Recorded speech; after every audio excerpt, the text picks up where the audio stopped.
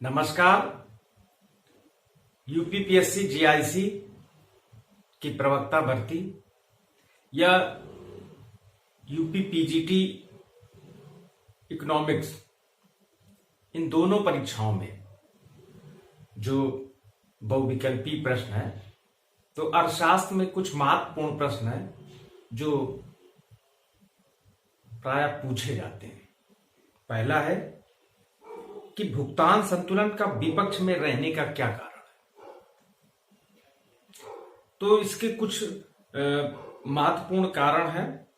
पहला है इसमें पेट्रोल की कीमतों में वृद्धि, और हम जानते हैं कि पेट्रोल का हम आयात करते हैं, और आयातों का जब हम भुगतान करते हैं तो भुगतान संतुलन जो है वो हमारे विपक्ष में हो जाता है।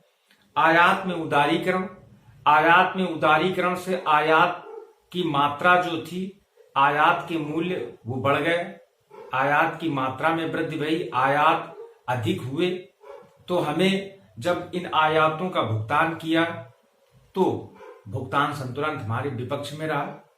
विदेशी ऋण के ब्याज का भुगतान, इसमें भी इन तीनों बिंदुओं में देश की जो मुद्रा है उसका बहिर्गमन हुआ, इस कारण से भुगतान संतुलन हमारे विपक्ष में रहा। तो इस प्रकार से इसका उत्तर जो है वो है डी। ये तीनों कारण, इन तीनों कारणों से देश का जो भुगतान संतुलन रहा है वो विपक्ष में रहा है। अगला प्रश्न है कि मुद्रा का सबसे महत्वपूर्ण कार्य क्या है। हम जानते हैं कि मुद्रा का जन्म क्यों हुआ। मुद्रा का जन्म विनिमय की समस्या को दूर करने के लिए हुआ है। क्यों? क्योंकि उस समय जब मुद्रा का जन्म नहीं हुआ था तो वस्तु विनिमय प्रचलन में था, और वस्तु विनिमय में दोहरे संयोग का अभाव, ये जो समस्या थी दोहरे संयोग की थी। सबसे बड़ी समस्या दोहरे संयोग की थी। तो मुद्रा का जन्म हुआ, और मुद्रा के जन्म का जो मुख्य कारण है वो है विनिमय का माध्यम। मुद्रा का जो मुख्य कार्य है वो है विनिमय का माध्यम। तो इसका सही उत्तर है, यद्यप मूल संचय भी उसका कार्य है। कीमत निर्धारण भी मुद्रा में किया जाता है, तो इस कारण से ये भी मुद्रा का कार्य है। भावी भुगतानों का आधार, ये भी मुद्रा का कार्य है। किंतु जो सबसे महत्वपूर्ण कार्य है, प्राथमिक कार्य है, वो है विनिमय का माध्यम। अगला प्रश्न है कि भारतीय रिजर्व बैंक मुद्रा की पूर्ति पर नियंत्रण के लिए कौन से उपकरण का प्रयोग करती है। मुद्रा की आपूर्ति पे नियंत्रण, अर्थात शाख नियंत्रण की वह रीति जिसके द्वारा मुद्रा की मात्रा नियंत्रित होती है। मात्रात्मक विधि, क्वांटिटेटिव मेथड।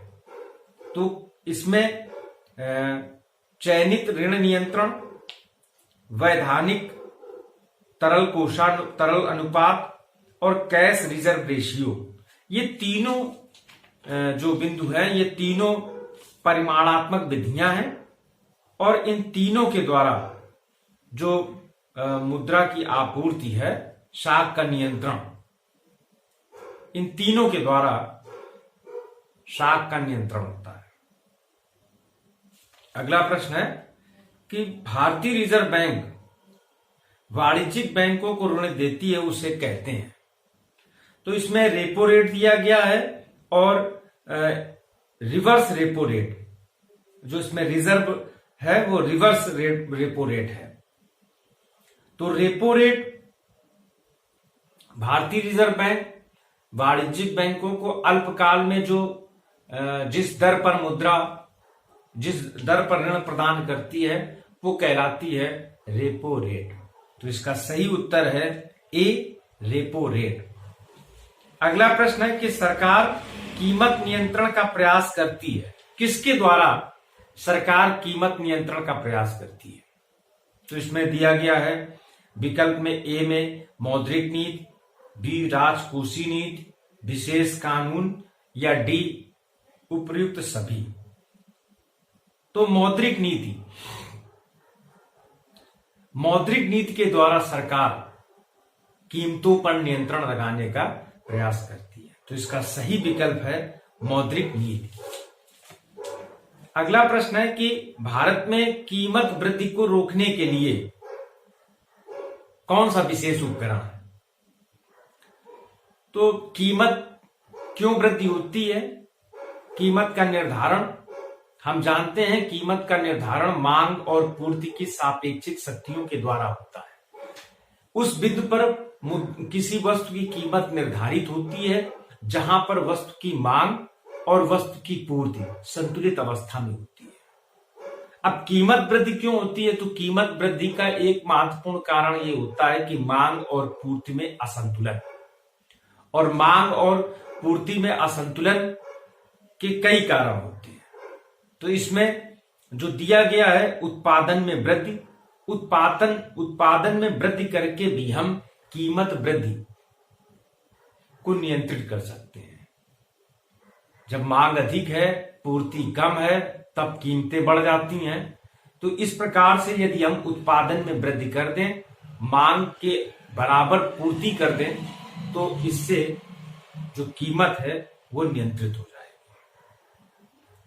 अगला है कि मुद्रा आपूर्ति में नियंत्रण।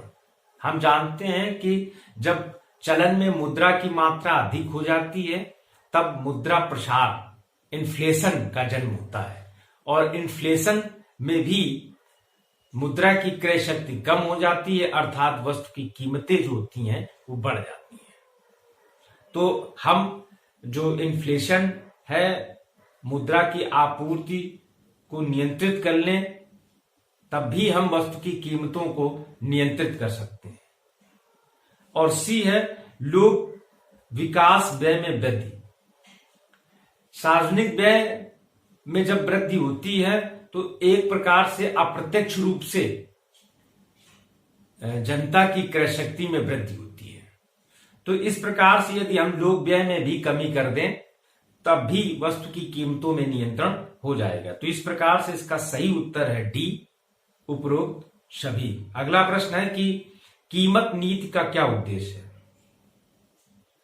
तो कीमत नीति का उद्देश्य होता है प्राथमिक उपभोग वस्तुओं की उपलब्धता कराना, उचित कीमत की वसूली और उत्पादन वृद्धि को प्रोत्साहन देना। तो इस प्रकार से इसका सही उत्तर है उपयुक्त सभी।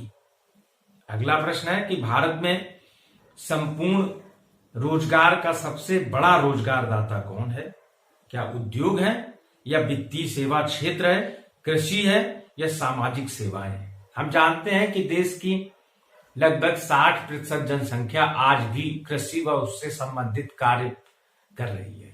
तो सबसे अधिक जो रोजगार मिल रहा है वो कृषि क्षेत्र से मिल रहा है। तो इस प्रकार से इसका सही उत्तर है कृषि। यद्यपि कृषि में अदृश्य बेरोजगारी भी पाई जाती है। रोजगार सबसे अधिक प्रदान करने वाला क्षेत्र भी कृषि है, और कृषि क्षेत्र में सबसे अधिक अदृश्य बेरोजगारी भी पाई जाती है। अदृश्य बेरोजगारी अर्थात उसमें जरूरत से, आवश्यकता से अधिक श्रम कृषि पर लगा हुआ है। इस कारण से अतिरिक्त जो श्रम लगा हुआ है उसकी उत्पादकता शून्य है। अगला प्रश्न है बेरोजगारी से क्या आशय है? वे सभी जिन्हें पारिश्रमिक परक काम प्राप्त नहीं हुआ है वे बेरोजगार हैं, या वे सभी जिन्होंने काम के लिए अपने को प्रस्तुत किया है लेकिन काम नहीं मिलता है वे बेरोजगार हैं। सी वे सभी जिन्हें रोजगार प्राप्त नहीं हुआ है वे सभी बेरोजगार हैं, या वे सभी जो काम नहीं कर रहे हैं वे सभी बेरोजगार हैं। तो इसमें सही उत्तर इसका है बी, वे सभी जिन्होंने काम के लिए अपने को प्रस्तुत किया है लेकिन काम नहीं मिलता है वे बेरोजगार हैं। तो बेरोजगारी की एक साधारण सी परिभाषा है कि प्रचलित मजदूरी पर काम चाहने वाले व्यक्ति को काम न मिलना। प्रचलित मजदूरी पर काम चाहने वाले व्यक्ति को काम न मिलना, अर्थात वह व्यक्ति जो स्वयं को काम करने के लिए प्रस्तुत कर दिया है प्रचलित मजदूरी पर, किंतु उसको प्रचलित मजदूरी पर भी काम नहीं मिल रहा है, तो कहा जाएगा कि वो बेरोजगार है। तो बेरोजगारी की सबसे सरल परिभाषा यही है। अगला प्रश्न है कि मुद्रा की मात्रा में वृद्धि क्या कहलाती है? यदि चलन में मुद्रा की मात्रा में वृद्धि हो जाती है तो इसको मुद्रा प्रसार या इन्फ्लेशन कहा जाता है। अगला प्रश्न है कि मुद्रा संकुचन की क्या स्थिति है? तो मुद्रा संकुचन की स्थिति है कि वस्तु की कीमतों में गिरावट। तो इसका सही जो उत्तर है वो है बी, मूल्यों में गिरावट की स्थिति को मुद्रा संकुचन कहा जाता है। अगला प्रश्न है कि मुद्रा प्रसार पर नियंत्रण हो सकता है। मुद्रा प्रसार अर्थात चलन में मुद्रा की मात्रा में वृद्धि। तो मुद्रा प्रसार के लिए, मुद्रा प्रसार रोकने का सबसे जो उपाय है वो है मौद्रिक उपाय। मौद्रिक उपायों के द्वारा मुद्रा प्रसार को कम किया जा सकता है। और बी है राजकोषीय नीति। अब राजकोषीय नीति में जो कर नीति होती है, कर नीति के द्वारा भी मुद्रा प्रसार को कम किया जा सकता है। जब चलन में मुद्रा प्रसार है तो करों की दरों में यदि वृद्धि कर दी जाए, अर्थात जनता की अतिरिक्त आय को सोख लिया जाए, तो इससे भी मुद्रा प्रसार में नियंत्रण हो सकता है। तो इस प्रकार से जो इसका उत्तर है वो है सी। ए और बी दोनों मुद्रा प्रसार की स्थिति में मौद्रिक उपाय के साथ साथ राजकोषीय उपायों का भी प्रयोग किया जाना चाहिए। अगला प्रश्न है कि मुद्रा अवमूल्यन निम्नलिखित में सहायक होता है। तो अवमूल्यन क्या होता है? अवमूल्यन होता है देश की जो मुद्रा है उसके वाह्य मूल्य को कम कर देना। तो इसमें अवमूल्यन से जो लाभ होता है तो इसमें निर्यातों में वृद्धि हो जाती है। और दूसरा इसमें जो विकल्प दिया गया है आयातों में कमी, तो आयातों में कमी भी हो जाती है। तो इस प्रकार से जो अवमूल्यन है वो निर्यातों में वृद्धि और आयातों में कमी, ये दोनों के लिए लाभदायक होता है, दोनों में सहायक होता है। हमारे चूंकि निर्यात जो होते हैं वो सस्ते हो जाते हैं, इस वजह से निर्यात अधिक होते हैं और आयात महंगे हो जाते हैं, इस कारण से आयातों में कमी हो जाती है। अगला प्रश्न है कि मुद्रा प्रसार पर नियंत्रण पाया जा सकता है। तो इसमें यह है कि मुद्रा प्रसार में किसके द्वारा नियंत्रण पाया जा सकता है? तो इसमें पहला है कि सरकारी खर्चों में वृद्धि के द्वारा। अब इसमें सरकारी खर्चों में वृद्धि, सरकारी खर्चों में वृद्धि, तो इससे मुद्रा प्रसार में वृद्धि होती है। करों की दरों में वृद्धि, तो दूसरा जो इसमें दिया गया है विकल्प कर की दरों में वृद्धि, इससे मुद्रा प्रसार में नियंत्रण होता है। और सी, तीसरा इसमें विकल्प दिया गया है कि रेपो रेट और नगद संचय अनुपात जो कैश रिजर्व रेशियो है, इसमें यदि वृद्धि कर दी जाए, यदि रेपो रेट और नगद संचय अनुपात में वृद्धि कर दी जाती है तो इससे साख नियंत्रित हो जाता है, अर्थात मौद्रिक प्रसार जो है वो रुक जाता है। और चौथा इसमें दिया गया है कि विनियोग व्यय में वृद्धि, यदि आप विनियोग व्यय में वृद्धि करते हैं तो चलन में फिर मुद्रा आ जाती है, तो इस कारण से इससे मुद्रा प्रसार बढ़ जाता है। तो इसका जो सही उत्तर है वो है बी, केवल 2 और 3 के द्वारा हम मुद्रा प्रसार को नियंत्रित कर सकते हैं, अर्थात कर की दरों में वृद्धि के द्वारा हम मुद्रा प्रसार को, इन्फ्लेशन को कंट्रोल कर सकते हैं, और increasing repo rate and cash reserve ratio, इन दोनों के द्वारा भी हम जो इन्फ्लेशन है उसको कंट्रोल कर सकते हैं। अगला प्रश्न है कि मौद्रिक नीति का आधारभूत उद्देश्य क्या है? मौद्रिक नीति का जो मुख्य उद्देश्य है वो क्या है। तो मौद्रिक नीति का जो उद्देश्य है तो उसमें ए है सकल घरेलू उत्पाद में वृद्धि, इंप्रूव जीडीपी ग्रोथ। क्या ये मौद्रिक नीति का उद्देश्य है। और दूसरा है मुद्रा प्रसार पर नियंत्रण, और सी है मुद्रा के बाह्य मूल्य में स्थिरता, और डी है भुगतान संतुलन में सुधार। तो इसका सही जो उत्तर है वो है मौद्रिक नीति का जो मुख्य उद्देश्य है वो है मुद्रा प्रसार पर नियंत्रण करना। तो इस प्रकार से ये कुछ महत्वपूर्ण प्रश्न है जो प्रायः जो यूपी पीजीटी की जो परीक्षाएं हुई है उनमें पूछे जाते हैं। धन्यवाद।